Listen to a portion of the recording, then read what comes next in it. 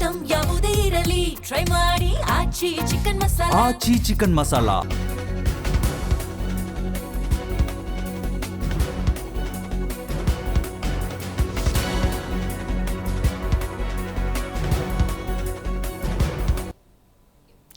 ನಮಸ್ಕಾರ, ವಿಶೇಷ ಕಾರ್ಯಕ್ರಮಕ್ಕೆ ಸ್ವಾಗತ. ನಾನು ಸಿಂಚನಾ. ನಿನ್ನೆ T20 ವಿಶ್ವಕಪ್ನ ರಣರೋಚಕ ಪಂದ್ಯಕ್ಕೆ ಕೊಲಂಬೋ ಸ್ಟೇಡಿಯಂ ಸಾಕ್ಷಿಯಾಯಿತು. ಬದ್ಧ ವೈರಿಗಳಾದ ಭಾರತ ಹಾಗೂ ಪಾಕಿಸ್ತಾನ ತಂಡ ಮುಖಾಮುಖಿಯಾಗಿದ್ವು. ವಿಶ್ವ ವೇದಿಕೆಯಲ್ಲಿ ಪಾಕ್ ಕನಸು ಭಗ್ನಗೊಂಡಿದೆ. ಪಾಕ್ ವಿರುದ್ಧ ನಮ್ಮ ಭಾರತಕ್ಕೆ 61 ರನ್ಗಳ ರೋಚಕ ಗೆಲುವು ಸಿಕ್ಕಿದೆ. ಶಿವರಾತ್ರಿಯ ದಿನ ಸಿಕ್ಕ ಗೆಲುವು ಅದು. ಈ ಮೂಲಕ ಭಾರತ ಸೂಪರ್ 8ಗೆ ಲಗ್ಗೆ ಇಟ್ಟಿದೆ. ಈ ಬಗ್ಗೆ ಮಾತಾಡೋಣ. ಇದೇ ಹೊತ್ತಿನ ವಿಶೇಷ T20 ಕ್ರಿಕೆಟ್ ವಿಶ್ವ ಸಮರ.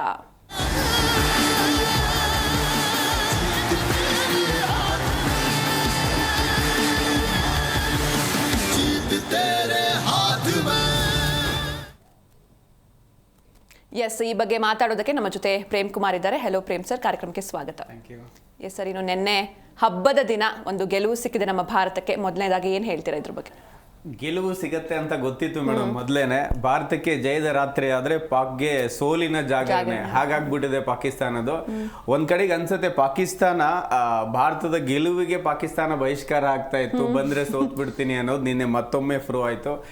ಜೊತೆಗೆ ಪ್ರೇಮದಾಸ ಕ್ರೀಡಾಂಗಣದಲ್ಲಿ ಸ್ಪಿನ್ ಟ್ರ್ಯಾಕ್ ನಡೆಯುತ್ತೆ ನಮ್ದು ಅಂತೇಳಿ 18 ಓವರ್ ಸತತವಾಗಿ ಸ್ಪಿನ್ ಹಾಕಿಸ್ತಾರೆ ಮೇಡಮ್. 18 ಓವರ್ ವರೆಗೂ ಸ್ಪಿನ್ ಎಸೆತ. ಅಂದ್ರೆ ಈ ಹಿಂದೆ ನಾವು ನೋಡ್ಬೇಕಂದ್ರೆ 2010ರಲ್ಲಿ ವಿಂಡೀಸ್ ವಿರುದ್ಧ ಜಿಂಬಾಬ್ವೆ ಈ ಪ್ರಯೋಗವನ್ನು ಮಾಡಿತ್ತು. ನಂತರ 2012ರಲ್ಲಿ ಆಸ್ಟ್ರೇಲಿಯಾದ ಮೇಲೆ ಇದೇ ಪಾಕಿಸ್ತಾನ 18 ಓವರ್ ಸ್ಪಿನ್ ಅಟ್ಯಾಕ್ ಮಾಡಿರ್ತಾರೆ.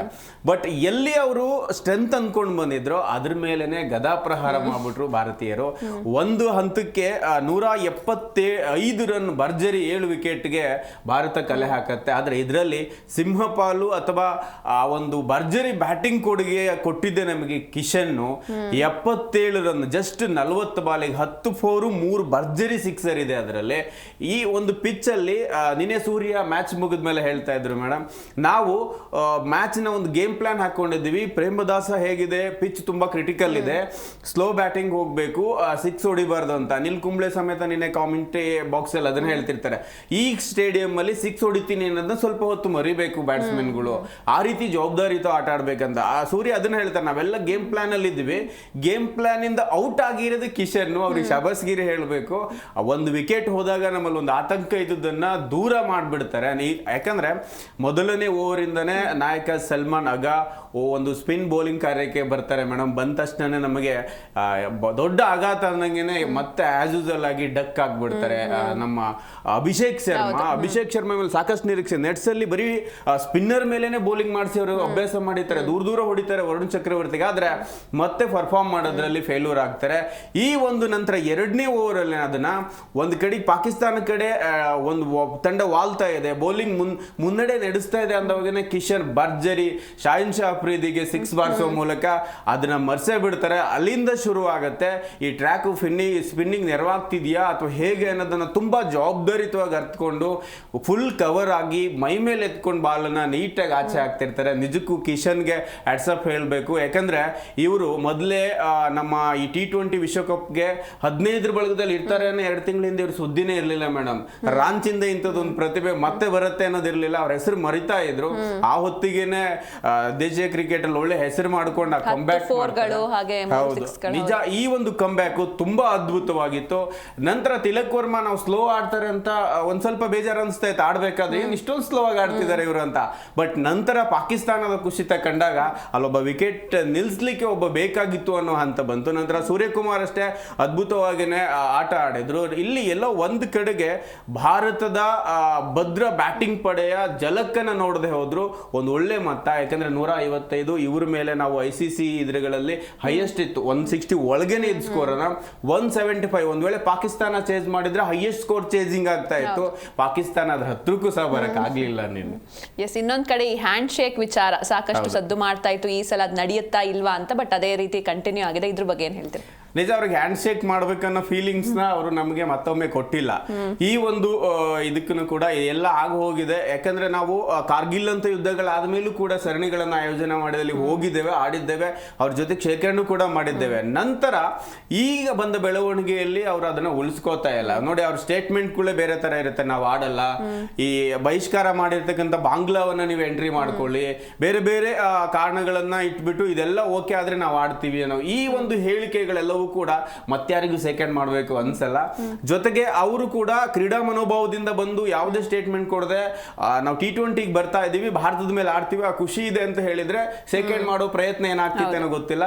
ಅವರ ಮನಸ್ಥಿತಿಗೆ ನಾವು ಸೆಕೆಂಡ್ ಮಾಡಬೇಕು ಅನ್ಸಿಲ್ಲ, ಅದನ್ನ ಮಾಡಬಾರ್ದು ಅನ್ನೋದೇ ಭಾರತೀಯರ ನಿರೀಕ್ಷೆ ಕೂಡ. ನಾವು ನಿನ್ನೆ ಎಷ್ಟೊಂದು ಪಬ್ಲಿಕ್ ಕಾಲ್ ನೋಡಿದೀವಿ, ಸೆಕೆಂಡ್ ಮಾಡೋದು ಬೇಡ ಅವ್ರ ಮೇಲೆ ಅನ್ನೋದಿತ್ತು. ಸೂರ್ಯಕುಮಾರ್ಗೆ ಹಿಂದಿನ ದಿನನೇ ಸುದ್ದಿಗೋಷ್ಠಿಯಲ್ಲಿ ಕೇಳಿದಾಗ ಅದನ್ನ ಹೇಳಿದ್ರು ಸಿಂಚನ, ಸೆಕೆಂಡ್ ವಿಚಾರ ಏನಾಗುತ್ತೆ ಅಂದಾಗ ಅದನ್ನ ಆನ್ ಫೀಲ್ಡ್ ಅಲ್ಲಿ ನೋಡೋಣ, ಅಲ್ಲಿ ಹೇಗ್ ಬರುತ್ತೆ ನೋಡೋಣ ಅಂತ ಅನ್ಕೊಂಡಿದ್ರು. ಮೇ ಬಿ ಅದನ್ನ ನಿನ್ನೆ ಕೂಡ ಕಂಟಿನ್ಯೂ ಮಾಡ್ತಾರೆ. ಎಲ್ಲೋ ಕ್ರಿಕೆಟ್ ಪ್ರೇಮಿಗಳಿಗೆ ಅದು ಆಗ್ಬಾರ್ದು ಅನ್ನೋದಿದೆ, ಮೇ ಬಿ ಅದನ್ನ ಅವರು ಕೂಡ ಮೇಂಟೈನ್ ಮಾಡಿದ್ರೆ. ಯಾಕಂದ್ರೆ ಎಲ್ಲರ ಫೀಲಿಂಗ್ಸ್ ನ ಹೊತ್ತೊಯ್ದು ಭಾರತೀಯರು ಅಲ್ಲಿ ಆಡ್ತಾ ಇರ್ಬೇಕಾದ್ರೆ ಅದು ಬೇರೆ ಭಾರತೀಯರಿಗೆ ಹರ್ಟ್ ಮಾಡ್ಲಿಕ್ಕೆ ಇಷ್ಟ ಇಲ್ಲ, ಅಭಿಮಾನಿಗಳಿಗೆ ಹರ್ಟ್ ಮಾಡಕ್ ಇಷ್ಟ ಇಲ್ಲ. ಹಾಗಾಗಿ ಸೂರ್ಯಕುಮಾರ್ ಅಂತಂಡ ಮತ್ತೆ ಅದನ್ನ ಮುಂದುವರಿಸಿದ್ದಾರೆ. ಪಾಕಿಸ್ತಾನದವ್ರು ನಾವೇ ಕೊಟ್ಟಿಲ್ಲ ಅಂತ ಹೇಳ್ಕೋಬಹುದು, ಬಟ್ ಸೆಕೆಂಡ್ ಅಭಿಯಾನ ಇನ್ನಷ್ಟು ದಿನ ಮುಂದುವರಿಯುತ್ತೆ ಮೇಡಮ್. Yes sir. ಇನ್ನು ಈಗ ಭಾರತ ತಂಡದ್ದು ಅಂದ್ರೆ ಪಾಕ್ ವಿರುದ್ಧ 8ನೇ ಬಾರಿ ಐತಿಹಾಸಿಕ ಗೆಲುವು, ಜೊತೆಗೆ ನಿನ್ನೆ ಒಂದು ಮ್ಯಾಚ್ ನಲ್ಲಿ ನಮ್ಮ ಇಂಡಿಯಾದು ಪ್ಲಸ್ ಅಂಡ್ ಮೈನಸಸ್ ನೋಡೋದಾದ್ರೆ ಪ್ಲಸ್ ಅಂತ ನೋಡಕ್ ಬಂದ್ರೆ ಮೇಡಮ್, ಸಿಚುಯೇಷನ್ ಅರ್ಥ ಮಾಡ್ಕೊಂಡು ಬ್ಯಾಟ್ ಬೀಸಿರೋದು ಅತ್ಯಧಿಕ ಪ್ಲಸ್ ನಮ್ದು. ಯಾಕಂತ ಹೇಳಿದ್ರೆ ಅಲ್ಲಿ ಪಿಚ್ ಅಲ್ಲಿ ಕಂಟಿನ್ಯೂ ಆಗಿ ನೋಡಿ, ಒಂದೇ ಒಂದು ಶಾಹಿನ್ ಶಾ ಅಫ್ರಿದಿ 2ನೇ ಓವರ್ ಮಾಡಿದ ಮೇಲೆ ಅಗ್ಯಾನ್ ಕೊನೆಯದಾಗಿ 20ನೇ ಓವರ್ ಬೌಲಿಂಗ್ ಮಾಡ್ಲಿಕ್ಕೆ ಬರ್ತಾರೆ. ಅಂದ್ರೆ ವೇಗದ ಬೌಲಿಂಗ್ ವರ್ಕ್ ಆಗಲ್ಲ ಪ್ರೇಮದಾಸ ಅಂತ ಗೊತ್ತಿರುತ್ತೆ. 18 ಓವರ್ ಸ್ಪಿನ್ನರ್ ಹಾಕ್ಲಿಕ್ಕೆ ಅಟ್ಯಾಕ್ ಮಾಡ್ಲಿಕ್ಕೆ ಬರ್ತಾರೆ. ಈ ಅಟ್ಯಾಕ್ ನ ಎದುರಿಸಬೇಕಂತ ಹೇಳಿದ್ರೆ ಪ್ಲಾನ್ಡ್ ಆಗೇ ಬಂದಿರಬೇಕು. ಓಪನಿಂಗ್ ಬಂದು ಒಂದು ವಿಕೆಟ್ ಅನ್ನ ಕಳ್ಕೊಳ್ತೀವಿ. ಇಲ್ಲಿ ನಾವು ಮತ್ತೊಮ್ಮೆ ಅಂದ್ರೆ ಈಗ ರೀಸೆಂಟ್ ಎತ್ಕೊಂಡ್ರು ಮೇಡಮ್. ಇವಾಗ ನೆಕ್ಸ್ಟ್ ಈ ಪ್ರೀವಿಯಸ್ ಅಲ್ಲಿ ನಾವು ಆಡ್ಕೊಂಡ್ ಬಂದಿದ್ದು ನ್ಯೂಜಿಲೆಂಡ್ ಸೀರೀಸ್ ಅನ್ನ ಆಡ್ಕೊಂಡ್ ಬಂದಿವಿ. ಅಲ್ಲಿಂದ ಇಲ್ಲಿಗೆ ಒಂದು 4 ಬಾರಿ ಡಕ್ ಆಗಿದ್ದಾರೆ ಯಾರು, ಅಭಿಷೇಕ್ ಶರ್ಮಾ.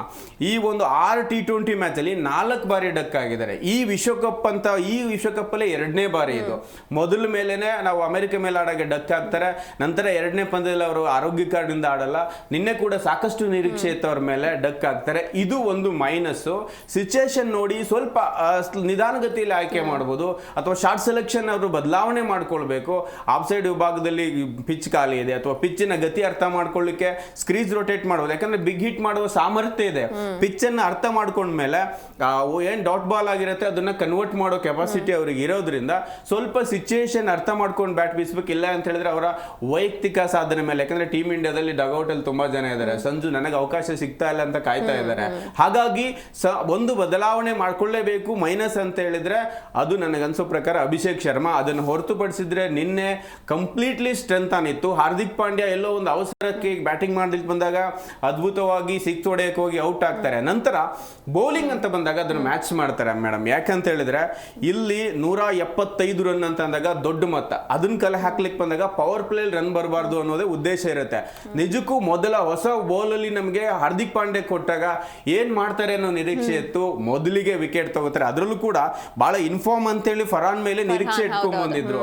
ಫರಾನೇ ನಮಗೆ ಟ್ರಂಪ್ ಕಾರ್ಡ್ ಅನ್ಕೊಂಡ್ ಬಂದಿದ್ರು. ಬುಮ್ರಾ ವಿರುದ್ಧ ತುಂಬಾ ಚೆನ್ನಾಗಿ ಆಡ್ತಾರೆ, ಔಟೇ ಮಾಡಕ್ಕಾಗಲ್ಲ ಅನ್ಕೊಂಡ್ ಬಂದಿದ್ರು. ಇಲ್ಲಿ ಫರಾನ್ ನ ಡಕ್ಕಿಗೆ ಕಳಿಸ್ತಾರೆ. ಇವತ್ತು ಅದೇ ಟ್ರೋಲ್ ನೋಡಮ್ಮ, ಬುಮ್ರಾ ಅಲ್ಲ, ಬುಮ್ರಾ ಅಂದ್ಬಿಟ್ಟು ಬೇರೆಯವರು ನೀನ್ ಔಟ್ ಮಾಡ್ತಾರೆ ಅಂತ ಟ್ರೋಲ್ ಮಾಡ್ತಾ ಇದ್ದಾರೆ ಇವತ್ತು. ನಂತರ ನಮಗೆ ಅದ್ಭುತವಾಗಿ ಬ್ಯಾಟಿಂಗ್ ಮಾಡೋದು ಸೈಮ್ ಅಯೂಬ್. ಬೌಲಿಂಗ್ ಅಲ್ಲಿ ತುಂಬಾ ಚೆನ್ನಾಗಿ ಮಾಡ್ತಾರೆ ಅವರು. 4 ಓವರ್ 3 ವಿಕೆಟ್ ಅನ್ನ ತೆಗೆದುಕೋತಾರೆ. ಬಟ್ ಬ್ಯಾಟಿಂಗ್ ಅಂತ ಬಂದಾಗ ಬುಮ್ರಾ ಅವರ 2ನೇ ಓವರ್ ನಲ್ಲಿ ಒಂದು ಎಡ್ಜ್ ಕಟ್ ಆಗಿ 6 ಹೋಗುತ್ತೆ. ಅವರ ಹುಮ್ಮಸ್ಸು ಬೇರೆ ತರ ಇರುತ್ತೆ.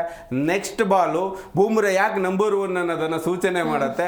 ಆ ಬಾಲ್ನ ಜಡ್ಜೇ ಮಾಡಕ್ಕಾಗಲ್ಲ. LBಗೆ ನೀಟಾಗಿ ಅವರು ಬಲಿಯಾಗಿ ಹೊರಗೆ ಹೋಗ್ತಾರೆ. ನಂತರ ಜವಾಬ್ದಾರಿ ಇದ್ದಿದ್ದೆ ನಮಗೆ ನಾಯಕನ ಮೇಲೆ ಜವಾಬ್ದಾರಿ ಇರುತ್ತೆ. ಸಲ್ಮಾನ್ ಆಗ ಹೇಗ್ ಮಾಡ್ತಾರೆ, ಬೌಲಿಂಗ್ ಏನೋ ಸ್ಪಿನ್ ಮಾಡ್ತೀವಿ ಅಂತ ಬಂದು ಫೇಲ್ ಆದ್ರು, ಬ್ಯಾಟಿಂಗ್ ಅಲ್ಲಿ ಏನ್ ಕಾರ್ಯ ನಿರ್ವಹಿಸ್ತಾರೆ ಅಂತ ನೋಡಿದ್ರೆ ಅವರು ಕೂಡ ಫ್ಲಾಪೇ. ಮತ್ತೆ ಹಾರ್ದಿಕ್ ಪಾಂಡ್ಯಗೆ ಅವರು ಬಲಿ ಆಗ್ತಾರೆ. ನಂತರ ನಮಗೆ ಏನು ಕಿಂಗ್ ಕೊಹ್ಲಿ ಜಾಗವನ್ನ ತುಂಬ್ತೀನಿ ನಾನು ಕಿಂಗ್ ಅಂತ ಹೇಳ್ತಾರೆ. ಇವರು ಜುಂಬಾಂಬೆ ವೆಸ್ಟ್ ಇಂಡೀಸ್ ಮೇಲೆ ಜುಂಬಾಂಬೆ ಅಂತ ಕೀನ್ಯಾ ಅಂತ ತಂಡದ ಮೇಲೆ ಕಿಂಗ್ ಆಗಿರ್ಬೋದು, ಆದ್ರೆ ಕಿಂಗಿನ ಆಸುಪಾಸಿಗೂ ಬರಕ್ ಆಗಲ್ಲ. ಈ ಬಾಬರ್ ಅಜಮ್ ಮೇಲೆ ಎಂತಹ ಒಂದು ನಿರೀಕ್ಷೆ ಇರುತ್ತೆ. ಏನ್ ಮಾಡ್ತಾರೆ ಅಂತ ನೋಡ್ತಾರೆ. ಬಾಬರ್ ಅಜಮ್ ಕೂಡ ಏನು ಮಾಡಲ್ಲ. ಇನ್ನೊಂದ್ ಕಡೆಗೆ ಅವಳ ಕಳಪೆ ಪ್ರದರ್ಶನ ಏನಂದ್ರೆ ಮೇಡಮ್ 10 ಟಾಪ್ 3 ಬ್ಯಾಟ್ಸ್ಮನ್ಗಳು ಟೋಟಲ್ ಮೊತ್ತ 10. ಇದು ಭಾರತದಂತ ಸರಣಿ ಮೇಲೆ ಅಥವಾ ICC ಪಂದ್ಯಗಳಲ್ಲಿ ಅತ್ಯಂತ ಕಳಪೆ ಮೊತ್ತ ಅಂತ ಇದು ಪಾಕಿಸ್ತಾನದ ಪರವಾಗಿ ಈ ತಂಡ ನೀಡಿರೋದು. ಅಂದ್ರೆ 3 ಜನರ ಅಂಕಿ ಸೇರಿದ್ರೆ 10 ಆಗಲ್ಲ. ಯಾಕಂತ ಹೇಳಿದ್ರೆ ಫರಾನ್ ಡಕ್ಕು, ನಿಮ್ಗೆ ಅಯೂಬ್ 6, ನಂತರ ಬಂದ ಸಲ್ಮಾನ್ ಆಗ 4, ಅಂದ್ರೆ 6, 4, 10 ರನ್ ಇವ್ರದ್ದು. ಹಾಗಾಗಿ ಇದೊಂದು ಕೂಡ ದಾಖಲೆ ಆಗತ್ತೆ ಇವ್ರದ್ದು. ಈ ತರದ ದಾಖಲೆಗಳನ್ನ ತುಂಬಾ ಮಾಡ್ತಾರೆ. ನಂತರ ಇವ್ರಿಗೆ ಏನಾದ್ರೂ ಸ್ವಲ್ಪ ಪಾಕಿಸ್ತಾನದ ಮಾನ ಮರ್ಯಾದೆ ಏನಾದ್ರೂ ಸ್ವಲ್ಪ ಉಳಿಸಿದ್ರು ಅಂತ ಹೇಳಿದ್ರೆ ಉಸ್ಮಾನ್ ಖಾನ್, ಇವರು ವಿಕೆಟ್ ಕೀಪರ್ ಆಗಿದ್ದವರು, ತುಂಬಾ ಚೆನ್ನಾಗಿ ಆಡ್ತಾರೆ. 34 ಬಾಲಿಗೆ 44 ರನ್, ತುಂಬಾ ಚೆನ್ನಾಗಿ ಬ್ಯಾಟಿಂಗ್ ಮಾಡ್ತಾ ಇರ್ತಾರೆ. ಈ ಬ್ಯಾಟ್ಸ್ಮನ್ ಅನ್ನ ಹೊರತುಪಡಿಸಿದ್ರೆ ಮೇಡಮ್ ಯಾರು ಆಡಲ್ಲ ನಿಮ್ಗೆ. ಅದಾದ ನಂತರ ಶದಾಬ್ ಖಾನ್ ಇರ್ಬೋದು, ತುಂಬಾ ಅನುಭವಿ ಇವರು. ನಮ್ಮ ಜಡೇಜಾ ತರ ಅಲ್ಲಿ ಪಾಕಿಸ್ತಾನ ಕಣ್ಕೊಂಡ್ ಕೂತಾರೆ, ಅವರು ಆಡಿಲ್ಲ. ಮೊಹಮ್ಮದ್ ನವಾಜ್ ಕೂಡ ಆಡಲ್ಲ.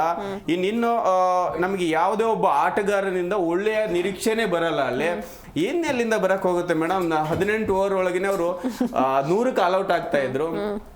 ಅವ್ರಿಗೆ ಅವಮಾನ ಮಾಡ್ಬೇಕನ್ನೋ ಉದ್ದೇಶದಿಂದ ಸೂರ್ಯನ್ ನೀವು ನೋಡ್ಬೇಕು, ತಿಲಕ್ ವರ್ಮಾಗ್ ಬೌಲಿಂಗ್ ಕೊಟ್ರು. ಓಕೆ, ತಿಲಕ್ ವರ್ಮಾ ಆದ್ರೂ ಸ್ಪಿನ್ ಬೌಲಿಂಗ್ ನ ಮಾಡಿದ್ದಾರೆ. ಅಭಿಷೇಕ್ ಶರ್ಮಾ ಇದ್ರು ಕೊಡ್ಬೋದಿತ್ತು.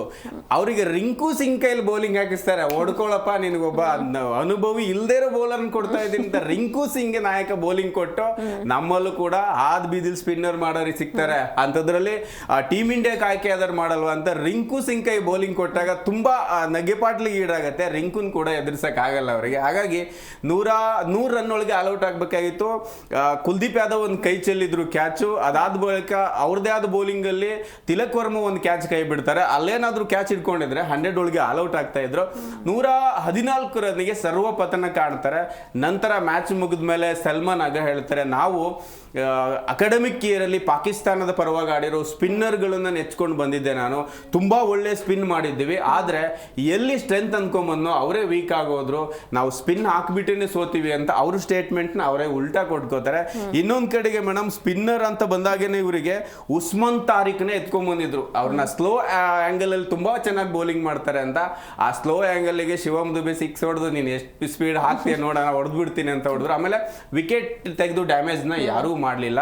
ಒಬ್ಬ ಬೌಲರ್ ಅಂತ ಹೇಳಿದ್ರೆ ನಮಗೆ ಒಂದು 3 ವಿಕೆಟ್ ಅನ್ನ ಎತ್ತಿದ್ದು ಬಿಟ್ರೆ ಸ್ಪಿನ್ ಅಲ್ಲಿ. ಆ ಪಿಚ್ಗೆ ತುಂಬಾ ಚೆನ್ನಾಗಿ ಅರ್ಥ ಮಾಡ್ಕೊಂಡು ತುಂಬಾ ಚೆನ್ನಾಗಿ ಆಡಿದ್ರು ಭಾರತೀಯರು. ಹಾಗಾಗಿ ನಮ್ಗೆ ಯಾವ ರೈವಲ್ರಿನೂ ಇಲ್ಲ, ಕಂಟಿನ್ಯೂ ಆಗಿ ವಿನ್ ಆಗ್ತಿದೀವಿ. ಮೇ ಬಿ ಅವ್ರ ಅನ್ಕೊಂಬಂದಿರೋ ಸ್ಟ್ರೆಂತ್ ಅವರೇ ವೀಕ್ ಅಂತ ಅವ್ರ ಬಾಯಲ್ಲಿ ಹೇಳ್ಕೊಂಡ್ಬಿಟ್ರು. ಶಾ ಅಂತ ಅಫ್ರೀದಿಗೆ ಬೌಲಿಂಗ್ ಕೊಡ್ಲಿಲ್ಲ ನೋಡಿ. ನಾವು ಸ್ಪಿನ್ ಟ್ರ್ಯಾಕ್ ಅಂತ ಗೊತ್ತಿದ್ರು, ಬೂಮ್ರಾ ಹತ್ರ ಬೌಲಿಂಗ್ ಹಾಕ್ಸಿದ್ವಿ, ಹಾರ್ದಿಕ್ ಪಾಂಡ್ಯ ಹತ್ರ ವಿಕೆಟ್ ಟೇಕಿಂಗ್ ಬೌಲಿಂಗ್ ಮಾಡಿಸಿದ್ವಿ. ಅಂದ್ರೆ ಪವರ್ ಪ್ಲೇ ಅಲ್ಲಿ ಹೊಸ ಬೌಲ್ ಅಲ್ಲಿ ನಮ್ಗೆ ವೇಗದ ಬೌಲಿಂಗ್ ತುಂಬಾ ನೆರವಾಗುತ್ತೆ. ಹಾಕ್ಸ್ಬೇಕಿತ್ತು ಅಟ್ಲೀಸ್ಟ್ 4 ಓವರ್ನ, ಅವ್ರ ಹತ್ರ ಬೌಲಿಂಗ್ ಹಾಕ್ಸಲ್ಲ, ಒಂದೇ ಓವರಿಗೆ ಬಿಟ್ಬಿಡ್ತಾರೆ. ಎಲ್ಲ ಒಂದ್ ಕಡೆಗೆ ಅದು ಅವ್ರಿಗೆ ಮೈನಸ್ ಆಯ್ತು ಅಂತ ನಂಗೆ ಅನ್ಸುತ್ತೆ. ಎಸ್, ಈ ಬಗ್ಗೆ ಮಾತಾಡೋಣ. ಇನ್ನು ವೀಕ್ಷಕರೇ, ನೀವು ಕೂಡ ಕರೆ ಮಾಡಬಹುದು. ಟಿವಿ ಸ್ಕ್ರೀನ್ ಮೇಲೆ ಲಭ್ಯ ಇರುವಂತ ನಂಬರ್ಸ್ಗೆ ಕರೆ ಮಾಡಿ ನಿನ್ನೆ ಮ್ಯಾಚ್ ಹೇಗಿತ್ತು ಅಂತ ನಮ್ಮ ಜೊತೆ ಶೇರ್ ಮಾಡ್ಕೊಳ್ಳಿ. ಎಸ್, ಈ ಬಗ್ಗೆ ಮಾತಾಡೋದಕ್ಕೆ ನಮ್ಮ ಜೊತೆ ರಘುವೀರ್ ಜಾಯ್ನ್ ಆಗಿದ್ದಾರೆ. ಹೆಲೋ ರಘುವೀರ್, ಕಾರ್ಯಕ್ರಮಕ್ಕೆ ಸ್ವಾಗತ. ಎಸ್, ನಿನ್ನೆ ಮ್ಯಾಚ್ ಹೇಗಿತ್ತು? ಜೊತೆಗೆ ನಮ್ಮ ಹತ್ರ ಮಿಸ್ಟ್ರಿ ಸ್ಪಿನ್ನರ್ ಇದ್ದಾರೆ, ಅವರಿದ್ದಾರೆ, ಇವರಿದ್ದಾರೆ ಅಂತೆಲ್ಲ ಕೊಚ್ಕೊಂಡಿದ್ರು, ಬಟ್ ಏನು ವರ್ಕೌಟ್ ಆಗಿಲ್ಲ. ಏನು ಹೇಳ್ತೀರಾ? ಅದೇ ಮೇಡಮ್, ಇವಾಗ ವಿಶ್ವಕಪ್ ಏನ್ ಸ್ಟಾರ್ಟ್ ಆಯ್ತಲ್ಲ, ಅವಾಗ ಇಂಡಿಯಾ ಗೆಲ್ಲೋದು ಹಾಟ್ ಫೇವರೇಟ್ ಅಂತಾನೆ ಇತ್ತು. ಆನ್ ಪೇಪರ್ ಅಲ್ಲಿ ಟೀಮ್ ಸ್ಟ್ರಾಂಗ್ ಇದೆ ಅಂತ ಮಾತುಗಳಿದ್ವು. ಇವ್ರು ಆಡ್ತಾರ ಇಲ್ವಾ ಅನ್ನೋದು ಬಹಳ ಕುತೂಹಲ ಇತ್ತು. ಅದರಲ್ಲಿ ಆನ್ ಪೇಪರ್ ಅಲ್ಲಿರೋ ಪ್ಲೇಯರ್ಸ್ ನ ಏನ್ ಹೊಗಳ್ತಾ ಇದ್ರಲ್ಲ, ನಾವು ಆನ್ ಫೀಲ್ಡ್ ಅಲ್ಲೂ ಅಷ್ಟೇ ಚೆನ್ನಾಗಿ ಆಟ ಆಡ್ತೀವಿ ಅನ್ನೋದನ್ನ ತೋರಿಸ್ಕೊಟ್ರು. ಇದು ನಮ್ಗೆ ಏನು ರಿವಲ್ವರಿ ಅಂತ ಏನ್ ಹೇಳ್ತಾರಲ್ಲ, ಏನು ಭದ್ರ ವೈರಿಗಳು ಅದು ಇದು ಅಂತ ಏನ್ ಹೇಳ್ತಾರಲ್ಲ, ಅದು ಆತರ ಏನು ಮ್ಯಾಚ್ ಅನ್ಸೇ ಇಲ್ಲ ನಮ್ಗೆ. ಸಾಧಾರಣವಾಗಿ ಈಗ ನಮ್ಗೆ ನಮೀಬಿಯಾಗೆ ಎದುರಿಸೋದಕ್ಕಿಂತ ಹೀನಾಯವಾಗಿ ಸೋತಿದ್ದಾರೆ ಪಾಕಿಸ್ತಾನ ತಂಡದವರು. ಅದರಲ್ಲಿ ಹೇಳ್ಕೊಳ್ಳುವಂಥ ಬ್ಯಾಟಿಂಗ್ ಪ್ರದರ್ಶನ ಅಂತ ಏನೂ ಇರಲಿಲ್ಲ ಪಾಕಿಸ್ತಾನದಾಗಿರ್ಬೋದು. ಇನ್ನು ಬೌಲಿಂಗ್ ವಿಚಾರದಲ್ಲಿ ಇವಾಗ ನಾವು ನೋಡಿದ್ವಿ, ಭಾರತ ಮೊದಲನೇ ಓವರಲ್ಲಿ ವಿಕೆಟ್ ಕಳ್ಕೊಂಡ ತಕ್ಷಣ ಏನು ಭಾರತದ ರನ್ ಸ್ಕೋರ್ ದಾಟಲ್ವೇನೋ ಅಂತ ಸ್ಪಿನ್ ಪಿಚ್ ಅಂತ ಹೇಳ್ಕೊಂಡಾಗ ಏನು ಅವರು 5 ಜನ ಸ್ಪಿನ್ನರ್ಗಳನ್ನ ಇಟ್ಕೊ ಬಂದಿದ್ದಾರೆ, ಅದ್ಭುತವಾದ ಬೌಲಿಂಗ್ ಪ್ರದರ್ಶನ ತೋರ್ತಾರೆ ಅನ್ಕೊಂಡಿದ್ವಿ. ಆ ರೀತಿ ಹೇಳ್ಕೊಳ್ಳುವಂಥ ಬೌಲಿಂಗ್ ಪ್ರದರ್ಶನನೇ ಏನಿರಲಿಲ್ಲ. ಸರ್ ಹೇಳ್ದಂಗೆ ಶಾಹಿನ್ ಶಾ ಅಫ್ರಿದಿ ಅವರನ್ನ ಬೌಲಿಂಗ್ಗೆ ಕಣಕ್ಕಿಳಿಸೋಕ್ಕೂ ಹಿಂದೆ ಮುಂದೆ ನೋಡ್ತಿದ್ರು. ಆ ಒಂದು ವಿಚಾರದಲ್ಲಿ ಭಾರತದ ಬ್ಯಾಟ್ಸ್ಮನ್ಗಳಾದ ಏನು ಇಶಾನ್ ಕಿಶನ್ ಸರ್ ಹೇಳ್ದಾಗೆ ಅವರು ಈ ಒಂದು ವರ್ಲ್ಡ್ ಕಪ್ಗೆ ಎಂಟ್ರಿ ಆಗೋಕ್ಕಿಂತ 2 ತಿಂಗಳ ಹಿಂದಿಂದನೇ ಅವರಿಗೆ ಅನ್ಕೊಂಡಿರ್ಲಿಲ್ಲ ನಾನು ಈ T20 ವರ್ಲ್ಡ್ ಕಪ್ನ ಭಾಗ ಆಗಿರ್ತೀನಿ ಅಂತ. ಕಳೆದ ಏನು T20 ವರ್ಲ್ಡ್ ಕಪ್ ಲೀಗ್ ಇರ್ತಲ್ಲ, ಅಲ್ಲಿ ಅವ್ರು ಮನೇಲಿ ಕುತ್ಕೊಂಡು ನೋಡಿರ್ತಾರೆ. ನಾವು ಅದೇನೇ ಹೇಳ್ತಾ ಇದ್ವಿ. ಸರ್ ಒಂದು ಮಾತು ಹೇಳಿದ್ರು, ನನಗೆ ಆ ಮಾತು ಇಷ್ಟ ಆಯಿತು. ಏನಂತ ಅಂದರೆ, ಜಾರ್ಖಂಡ್ನಿಂದ ಬಂದಂಥ ಮತ್ತೊಬ್ಬ ಆಟಗಾರ ಇಂತಹ ಕ್ರೂಷಲ್ ಮೂಮೆಂಟಲ್ಲಿ ಗೆಲ್ಸೋದು ಇದು ಹೊಸದೇನಲ್ಲ. ಭಾರತಕ್ಕೆ ಇಂಥ ಪ್ಲೇಯರ್ಗಳು ತುಂಬ ಬೇಕಿದ್ದಾರೆ. ಆ ಒಂದು ಸ್ಥಾನನ ಏನು ಅವಶ್ಯಕತೆ ಇತ್ತಲ್ಲ, ಭಾರತೀಯ ಏನು ಅಗ್ರ ಕ್ರಮಾಂಕದಲ್ಲಿ ಆಡಬೇಕಾದ್ರೆ ಓಪನರ್ಗಳಲ್ಲಿ ಅಭಿಷೇಕ್ ಶರ್ಮಾ ಅವರು ಸಾಕಷ್ಟು ನಿರೀಕ್ಷೆಗಳನ್ನ ಇಟ್ಕೊಂಡಿದ್ವಿ. ಆದ್ರೆ ಅವರು ನಿನ್ನೆ ಕಾಲರ್ಸ್ ಕೂಡ ಹೇಳ್ತಾ ಇದ್ರು ಅಭಿಷೇಕ್ ಶರ್ಮಾ ಅವ್ರ ಮೇಲೆ ಎಕ್ಸ್ಪೆಕ್ಟೇಷನ್ ಇದೆ ಅಂತ. ಹೌದು, ಆ ಒಂದು ಏನಂದ್ರೆ ನಮಗೆ ಅಭಿಷೇಕ್ ಶರ್ಮಾ ಅವರು LBW ಅಥವಾ ಬೋಲ್ಡ್ ಆಗಿದ್ದಿದ್ರೆ ಅಷ್ಟೊಂದು ಮನಸ್ಸಿಗೆ ನೋವಾಗ್ತಾ ಇರಲಿಲ್ಲ. ಈ ಸಾಕಷ್ಟು ಅಭಿಮಾನಿಗಳಿಗೆ ಅದು ನಿರಾಸೆನೇ ಮೂಡ್ತು. ಯಾಕಂದ್ರೆ ಈ ತರ ಈಸಿ ಕ್ಯಾಚ್ ಕೊಡೋದು, ಯಾಕಂದ್ರೆ ನಾವು ಈ ಸ್ಥಾನನ ನಾವು ಅಂದ್ರೆ ವಿರಾಟ್ ಕೊಹ್ಲಿ ಅವರು ತುಂಬ್ತಾ ಇದ್ರು. ಎಲ್ಲಿ ಭಾರತಕ್ಕೆ ಪಾಕಿಸ್ತಾನ ವಿರುದ್ಧ ಏನು ಒಬ್ಬರ ಅವಶ್ಯಕತೆ ಇರ್ತಿತ್ತಲ್ಲ, ತಂಡನ ಗೆಲ್ಸೋದು, ಮುನ್ನಡೆಸೋದು, ಆ ಜವಾಬ್ದಾರಿ ನಾವು ಅಭಿಷೇಕ್ ಶರ್ಮಾ ಅವರಲ್ಲಿ ಎಕ್ಸ್ಪೆಕ್ಟೇಷನ್ ಇಟ್ಕೊಂಡಿದ್ವಿ. ಆದ್ರೆ ಏನು ಅವರು ಸಂಪೂರ್ಣವಾಗಿ ಅದನ್ನ ಟಚ್ ಮಾಡಕ್ ಹೋಗಿಲ್ಲ. ಅದ್ರ ಜೊತೆ ನಾವು ಹಾರ್ದಿಕ್ ಪಾಂಡ್ಯ ಅವ್ರ ಮೇಲೆ ಸಾಕಷ್ಟು ನಿರೀಕ್ಷೆಗಳನ್ನ ಇಟ್ಕೊಂಡಿದ್ವಿ. ಅವರು ಸಹಿತ ಏನಂದ್ರೆ ಒಮ್ಮೆಲೆ ಬಂದು ನೆಗ್ಲಿಜೆನ್ಸಿಯಾಗಿ ಬ್ಯಾಟ್ ಎತ್ತೋದು, ಕ್ಯಾಚ್ ಅನ್ನ ಕೊಡೋದು, ಒಂದ್ ಸ್ವಲ್ಪ ನಮ್ಮ ಈ ಒಂದು ಏನು ಆಟ ಇದೆಯಲ್ಲ, ಮುಂದಿನ ಏನು ಲೀಗ್ ಸೂಪರ್ 8 ಹಂತದಲ್ಲಿ ಅಥವಾ ಸೆಮಿಫೈನಲ್ ಫೈನಲ್ ತಲುಪಿದಾಗ ಈ ರೀತಿ ಏನಂದ್ರೆ ನೆಗ್ಲಿಜೆನ್ಸಿ ಆಗಿ ಆಟ ಆಡೋದು ತುಂಬಾ ಮಾರಕ ಆಗುತ್ತೆ ನಮಗೆ ಮುಂದಿನ ದಿನಗಳಲ್ಲಿ. ಯಾಕಂದ್ರೆ ನಾವು ಆತಿಥ್ಯರಾಗಿ ಏನು ಕಳೆದ ಬಾರಿ ಚಾಂಪಿಯನ್ ಪಟ್ಟನ ಉಳಿಸ್ಕೊಳ್ಬೇಕಾದಂತ ಒಂದೇನು ಜವಾಬ್ದಾರಿ ಇದೆ. ಮುಂದಿನ ದಿನಗಳಲ್ಲಿ ಈ ರೀತಿ ನೆಗ್ಲಿಜೆನ್ಸಿ ಬ್ಯಾಟಿಂಗ್ಗಳು ತಂಡಕ್ಕೆ ತುಂಬಾ ಹೊಡೆತ ಕೊಡುತ್ತೆ. ಆದ್ರೆ ನಿನ್ನೆ ಈ ಒಂದು ಹಂತದಲ್ಲಿ ನಮ್ಗೆ ಅದ್ಭುತವಾಗಿ ಬ್ಯಾಟಿಂಗ್ ಪ್ರದರ್ಶನ ತೋರಿದ್ದು ಏನು ಸಣ್ಣ ಕ್ಯಾಮಿಯೋ ಆಗಿರ್ಬೋದು. ಆದ್ರೆ ರಿಂಕು ಸಿಂಗ್ ಮತ್ತೆ ಶಿವಮ್ ದುಬೆ ಇದು ಅಂಡರ್ ರೇಟೆಡ್ ಪರ್ಫಾರ್ಮೆನ್ಸ್ ಅಂತಾನೆ ಹೇಳ್ಬೋದು. ಇಶಾನ್ ಕಿಶನ್ ಅವರು 100 ಗಡಿ ದಾಟಕ್ಕೆ ಅವರು ಒಂದು ಮಹತ್ವದ ಕೊಡುಗೆ ಇದೆ. ಆದ್ರೆ ಶಿವಮ್ ದುಬೆ ಮತ್ತೆ ರಿಂಕು ಸಿಂಗ್ ಅವರ ಕ್ಯಾಮಿಯೋ ಇದೆಯಲ್ಲ, ಅದು ನಮ್ಗೆ 175 ಗಡಿ ದಾಟಕ್ಕೆ ತುಂಬಾ ಸಹಾಯ ಆಯ್ತು. ನಾವಿವಾಗ ಕ್ರಿಕೆಟ್ ಅಲ್ಲಿ ಒಂದು ಮಾತಿದೆ, ಹೈವೇ ಪಿಚ್ ಅಂತ ಹೇಳ್ತಾರೆ. ಏನಂದ್ರೆ 200 ಗಡಿ 250 ಗಡಿ ಮ್ಯಾಚ್ಗಿಂತ ಈ ತರ ಲೋ ಸ್ಕೋರಿಂಗ್ ಮ್ಯಾಚ್ಗಳೇ ತುಂಬಾ ಇಂಟ್ರೆಸ್ಟಿಂಗ್ ಆಗಿರುತ್ತೆ. 150-170 ರನ್ಗಳು ಸ್ಕೋರ್ ಅನ್ನ ಕಟ್ಟಿ ಹಾಕೋದಿರುತ್ತೆ ಅಲ್ಲ, ಇದು ತುಂಬಾ ಇವಾಗ ಈ ಒಂದು 5 ವರ್ಷದ ಹಿಂದೆ ನೋಡಿದ್ರೆ 150-170 ಸ್ಕೋರ್ ಅಂದ್ರೆ ಅದು ಮೊದಲ ಬ್ಯಾಟಿಂಗ್ ಆಡಿರೋ ತಂಡಕ್ಕೆ ಸುಲಭದಲ್ಲಿ ಜಯ ಸಾಧಿಸುವಂತ ಮ್ಯಾಚ್ಗಳೇ ಆಗಿರ್ತಿದ್ವು. ಅಂತಹ ಮ್ಯಾಚ್ಗಳು ನಾವು ಪುನಃ ನೋಡಿದ್ವಿ. ಇದಕ್ಕೆ ನಾವು ಕೊಲಂಬೋದ ಪ್ರೇಮದಾಸ್ ಏನ್ ಸ್ಟೇಡಿಯಂ ಇದೆಯಲ್ಲ, ಅದಕ್ಕೆ ನಾವು ಥ್ಯಾಂಕ್ಸ್ ಅಂತಾನೆ ಹೇಳ್ಬೋದು. ಯಾಕಂತಂದ್ರೆ ಕ್ರಿಕೆಟ್ ಅಭಿಮಾನಿಗಳಿಗೆ ಈ ತರ ಒಂದು ಮ್ಯಾಚ್ಗಳು ಬಹಳ ನಿರೀಕ್ಷೆ ಇರುತ್ತವೆ. ಯಾಕಂದ್ರೆ ಹೌದು, 200-250 ರನ್ನ ಟಾರ್ಗೆಟ್ ಮಾಡಿ ಚೇಸ್ ಮಾಡಿರೋದನ್ನು ನೋಡಿರ್ತೀವಿ. ಆದ್ರೆ 175ರಲ್ಲಿ ಕಟ್ ಹಾಕೋದು, 175 ರನ್ನ ಏನ್ ಕಟ್ ಹಾಕೋದು ಏನಿತ್ತಲ್ಲ, ಇದು ಭಾರತೀಯ ಬೌಲರ್ಗಳಿಗೆ ಒಂದು ಮಹತ್ವದ ಪಾತ್ರ ಆಗಿತ್ತು. ಯಾಕಂದ್ರೆ 5 ಜನ ಬೌಲರ್ಗಳನ್ನ ಏನ್ ಕಣಕ್ಕಿಳಿಸಿದ್ದಾರಲ್ಲ, ಅದರಲ್ಲಿ ಇವಾಗ ಹರ್ಷದೀಪ್ ಅವರನ್ನ ಬಿಟ್ಟು ಕುಲ್ದೀಪ್ ಯಾದವ್ ಅವರನ್ನ ತಂಡದಲ್ಲಿ ಸೇರಿಸ್ಕೊಂಡು ಅವರ ಆಟದ ಪ್ರದರ್ಶನ ಆಗಿರ್ಬೋದು, ಇನ್ನು ಕೆಲವೊಂದಿಷ್ಟು ಬಾಲಿಂಗ್ಗಳಲ್ಲಿ ಚೇಂಜಸ್ ಆಯಿತು. ಅದರಲ್ಲಿ ಅದು ಯಾವ ರೀತಿ ಆಟ ಆಡ್ತಾರೆ ಅನ್ನೋದು ಎಲ್ಲ ಈ ಭಾರತದ ಏನಿತ್ತಲ್ಲ ಬಾಲಿಂಗ್ ಪ್ರದರ್ಶನ, ಅದು ತುಂಬಾ ಚೆನ್ನಾಗಿತ್ತು ಅಂತ ಹೇಳಕ್ಕೆ ಇಷ್ಟಪಡ್ತೀನಿ. ಎಸ್ ಸರ್, ಇನ್ನು ಅದೇ ಬೌಲಿಂಗ್ ಬಗ್ಗೆ ಮಾತಾಡೋದಾದ್ರೆ ನಮ್ಮ ಭಾರತ ತಂಡದ ಈ ಬೌಲಿಂಗ್ ಟ್ರ್ಯಾಕ್ ಬಗ್ಗೆ ನೀವೇನು ಹೇಳ್ತೀರಾ? ಮೇಡಮ್, ಒಂದು ನಾಯಕನ ಸಕ್ಸಸ್ ಯಾವಾಗ ಕಾಣಿಸುತ್ತೆ ಅಂದ್ರೆ, ನಾವೀಗ ಸತತವಾಗಿ ಹೋದ ವರ್ಲ್ಡ್ ಕಪ್ ಇಂದ ಇಲ್ಲಿವರೆಗೂ ಗೆಲುವಿನ ನಾಗಲೋಟ ಮುಂದುವರಿಸಿದ್ದೀವಿ. ನಾಯಕನ ಸಕ್ಸಸ್, ಈಗ ಸೂರ್ಯಕುಮಾರ್ ಯಾದವ್ ಸಕ್ಸಸ್ಫುಲ್ ಆಗಿದ್ದಾರೆ ಅಂತ ಹೇಳಿದ್ರೆ ಆ ಒಂದು ಟೀಮ್ ಜೊತೆ ಅವರಿರುವ ಕೋಆರ್ಡಿನೇಷನ್ ಜೊತೆಗೆ ಆತನಿಗೆ ಸಿಕ್ಕ ಸ್ಟಾರ್ ಪ್ಲೇಯರ್ಸ್ ನೋಡಿ. ನಿನ್ನೆ ಒಂದು ಸ್ಪಿನ್ ಟ್ರ್ಯಾಕ್ ಅಂತ ಬಂದಾಗ ಯೋಚನೆನೇ ಮಾಡಂಗಿಲ್ಲ, 15 ಬಳಗದಲ್ಲಿ ಅವ್ರಿಗೆ ಆ ಅಸ್ತ್ರಗಳಿದ್ದಾವೆ, ಎತ್ಕೊಂಡ್ಬಂದು ಹಿಂಗೆ ಇಟ್ರೆ ಆಯ್ತಷ್ಟೇ, ಅವು ಪರ್ಫಾರ್ಮ್ ಮಾಡ್ಬಿಡ್ತವೆ. ಒಂದು ವಿಡಿಯೋ ಗೇಮ್ ತರ ಆಗಿ ಹೋಗಿದೆ ಅವರಿಗೆ, ಅಷ್ಟು ಪರ್ಫಾರ್ಮೆನ್ಸ್ ಮಾಡುವ ಆಟಗಾರರಿದ್ದಾರೆ. ನಮಗೆ ಹರ್ಷದೀಪ್ ಸಿಂಗ್ ನ ಕೂರಿಸಿದ್ದು ನೀನೆ ಯಾವುದೋ ಪರ್ಫಾರ್ಮೆನ್ಸ್ ಆಧಾರದ ಮೇಲೆಲ್ಲ ಏನಲ್ಲ, ಅಲ್ಲಿಯ ಪಿಚ್ ಏನು ಕೇಳ್ತಾ ಇದೆ ಅದಕ್ಕೆ ಯಾವ ಆಟಗಾರ ಬೇಕು. ಇಲ್ಲಿ ಕುಲ್ದೀಪ್ ಯಾದವ್ ಒಳ್ಳೆ ಟ್ರ್ಯಾಕ್ ಇಟ್ಕೊಂಡವ್ರೆ, ಇನ್ನ ಕೂಡ ವಾಷಿಂಗ್ಟನ್ ಸುಂದರ್ ಕೂಡ ಇದ್ರೆ, ಅವ್ರಿಗೆ ಆಯ್ಕೆಗಳು ತುಂಬಾ ಇದಾವೆ. ರಿಂಕುನ ಸ್ಲಾಗ್ ಓವರ್ ಅಲ್ಲಿ ರನ್ ಹೆಚ್ಚು ಮಾಡ್ತಾರೆ ಅಂತ ರಿಂಕು ಮತ್ತೆ ದುಬೈನ್ ಇಟ್ಕೊಂಡಿದ್ನ ತುಂಬಾ ಚೆನ್ನಾಗಿ ಅವ್ರು ಇಬ್ರು ಮೇಂಟೈನ್ ಮಾಡಿದ್ರು. ನಿನ್ನ ಬೌಲಿಂಗ್ ಅಂತ ಬಂದಾಗ ಎಷ್ಟು ಜನ ಮೇಡಮ್ ನಾವು ನಿನ್ನೆಯ ತಿಲಕ್ ವರ್ಮಾಗ್ ಬೌಲಿಂಗ್ ಕೊಡ್ತಾರೆ ಅಂತ ಗೆಸ್ ಮಾಡಿರ್ಲಿಲ್ಲ. ಇನ್ನ ಕೂಡ ಅಭಿಷೇಕ್ ಶರ್ಮನು ಕೂಡ ಒಳ್ಳೆ ಬೌಲಿಂಗ್ ಮಾಡ್ತಾರೆ. ಇನ್ನು ವರುಣ್ ಚಕ್ರವರ್ತಿ ಅಂತ ತೆಗೆದುಕೊಂಡ್ರೆ ಎಂತ ಟಾಪ್ ಕ್ಲಾಸ್ ಬೌಲಿಂಗ್ ಮಾಡ್ತಾರೆ ಮೇಡಮ್ ಅವರು. ಜೊತೆಗೆ ಕುಲ್ದೀಪ್ ಯಾದವ್ನ ಲಾಸ್ಟ್ ವರೆಗೂ ಇಟ್ಕೊಂತಾರೆ, ಕುಲ್ದೀಪ್ ನಿರೀಕ್ಷೆನ ಹುಸಿ ಮಾಡಲ್ಲ. ಇನ್ನೊಂದ್ ಕಡೆಗೆ ನಮಗೆ ಅಕ್ಷರ್ ಪಟೇಲ್ ನೋಡಿ, ಬಾಬರ್ ಅಜಮ್ ಎಷ್ಟು ಕ್ಲೀನ್ ಆಗಿ ಬೋಲ್ಡ್ ಆಗ್ತಾರೆ, ಅಕ್ಷರ್ ಪಟೇಲ್ ಬೌಲಿಂಗ್ ದಾಳಿ. ಹೀಗೆ ಒಬ್ಬ ನಾಯಕನಿಗೆ ಮುಂದಿನ ಬಾರಿ ವೇಗದ ಸಾರಥ್ಯಕ್ಕೆ ಪಿಚ್ ನೆರವು ನೀಡುತ್ತೆ ಅನ್ನೋದಾದ್ರೆ ಮತ್ತೆರಡು ತರಬದಲ್ಲಿ ಸಿರಾಜ್ ಇದ್ದಾರೆ, ಹರ್ಷದೀಪ್ ಸಿಂಗ್ ಇದ್ದಾರೆ, 4 ವೇಗಿಗಳನ್ನ ಇಳಿಸಬಹುದು ಸಂದರ್ಭದಲ್ಲಿ ಪಿಚ್ಚಿಗೆ ಅನುಗುಣವಾಗಿ ಆಡುವಂತ ಆಟಗಾರ, ಅಥವಾ ಈಗ ತಿಲಕ್ ವರ್ಮಾ ಇದೇ ರೀತಿಯಾಗಿ ಆಡ್ತಾ ಇದಾರಪ್ಪ, ಅವ್ರ ಪ್ಲೇಸ್ ಅಲ್ಲಿ ಕನ್ಫರ್ಮ್ ಆಗುತ್ತೆ ಆಲ್ರೌಂಡರ್ ಅಂದಾಗ ಈ ಬೇಡ ನಾವು ಹಾಗಾದ್ರೆ ಓಪನಿಂಗ್ ಅಭಿಷೇಕ್ ಶರ್ಮಾ ಫೇಲ್ ಆಗ್ತಿದ್ದಾರೆ ಅಂದ್ರೆ ಅಲ್ಲಿ ಸಂಜು ಕೂಡ ಅವರಷ್ಟೇ ಎಬಿಲಿಟಿ ಇರುವ ಆಟಗಾರ ಇದ್ದಾರೆ. ಹಾಗಾಗಿ ನಾಯಕನಿಗೆ ಬೌಲಿಂಗ್ ಬ್ಯಾಟಿಂಗ್ ಎರಡರಲ್ಲೂ ಕೂಡ ಸಾಮರ್ಥ್ಯ ಇದೆ. ನೋಡಿ, ಹಾರ್ದಿಕ್ ಪಾಂಡ್ಯ ಬ್ಯಾಟಿಂಗ್ ಅಲ್ಲಿ ವೈಫಲ್ಯ ಹೊಂದಿದ್ರು, ಹೊಸ ಬೌಲ್ ಅಲ್ಲಿ ನಾನು ಪರ್ಫಾರ್ಮ್ ಮಾಡ್ತೀನಿ ಅಂತ ಎಷ್ಟೊಂದು 140 ಎಸಿತಾ ಇದ್ರು ಮೇಡಮ್ ನಿನ್ನೆ ಅವರು. ಅಂತಹ ಬೌಲಿಂಗ್ ಮಾಡ್ತಾ ಇದ್ರು ಅಂದ್ರೆ ಒಂದು ಕ್ಯಾಚ್ ಬಿಟ್ರು ಕೂಡ ಸಿಟ್ಟಿಗೆ ಹೇಳ್ತಾ ಇದ್ರು. ನಿನ್ನೆ ನಾವು ಓವರ್ ಆಲ್ ಆಗಿ ನೋಡಿದಾಗ ಮೈನಸ್ ಅಂತ ಬಂದ್ರೆ ಫೀಲ್ಡಿಂಗ್ ಮೇಡಮ್. ಕ್ಯಾಚ್ ಅನ್ನ ಯಾವುದೇ ಕಾರಣಕ್ಕೂ ಬಿಡಬಾರ್ದು. ನಿನ್ನೆ ಕೇವಲ 5 ಓವರಿಗೆನೆ ಟೀಮ್ ಇಂಡಿಯಾ ಕಡೆಗೆ ಪಂದ್ಯ ವಾಲಿದ್ರಿಂದ ಕ್ಯಾಚು ಡ್ಯಾಮೇಜ್ ಮಾಡಲಿಲ್ಲ.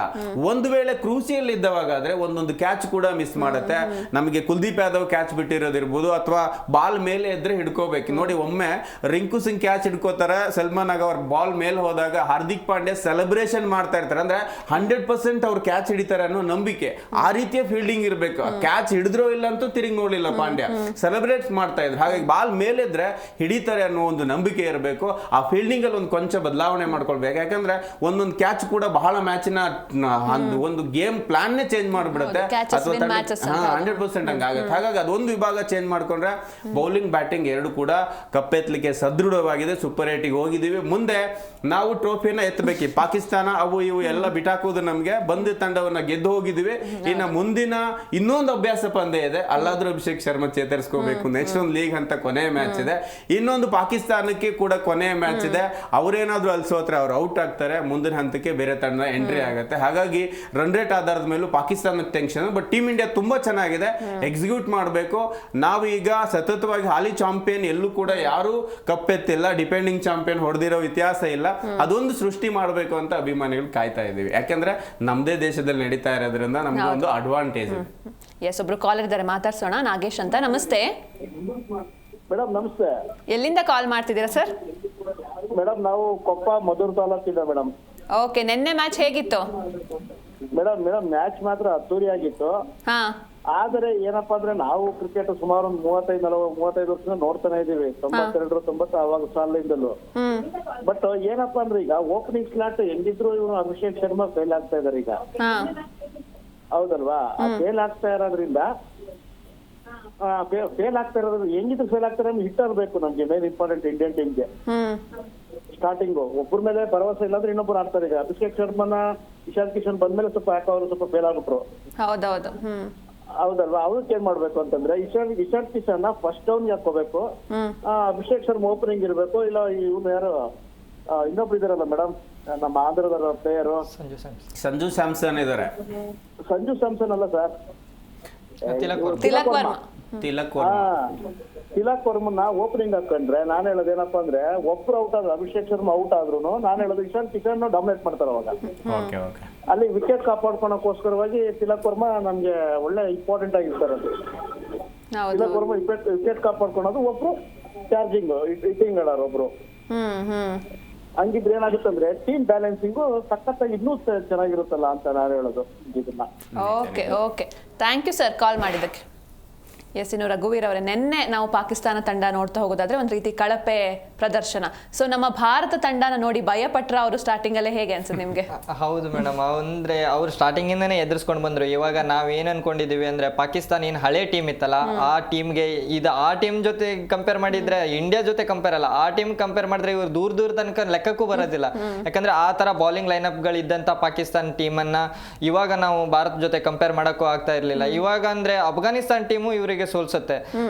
ಇವ್ರು ಅಂದ್ರೆ ನಮ್ಗೆ ಇದು ಏನಂದ್ರೆ ಬದ್ಧ ವೈರಿಗಳು, ಶತ್ರು ರಾಷ್ಟ್ರ ಅಂತ ಏನ್ ಅನ್ಕೊಂಡಿದೀವಲ್ಲ, ಅದು ಕ್ರಿಕೆಟ್ ಅಂತ ಬಂದಾಗ ದೂರ ತನಕನು ಭಾರತಕ್ಕೆ ಇವರು ಪೈಪೋಟಿನೇ ಆಗಿರಲ್ಲ, ಲೆಕ್ಕಕ್ಕೆ ಇಲ್ಲ. ಯಾಕಂದ್ರೆ ಹೌದು, ಏನು ಹಳೆ ಒಂದೇನು ಆಟಗಾರ ಮತ್ತೆ ಹಳೆಯ ಅಂಕಿಅಂಶಗಳು ಏನಿದಾವಲ್ಲ ಪಾಕಿಸ್ತಾನ ಟೀಮ್ ಜೊತೆ, ಅದನ್ನ ಹೊರತುಪಡಿಸಿದ್ರೆ ಈಗಿನ ನೋಡಿದ್ವಿ. ಈಗ 2013 ನಂತರ ಅವರು ಭಾರತದ ವಿರುದ್ಧ ಗೆದ್ದಿರೋದು 2 ಮ್ಯಾಚು.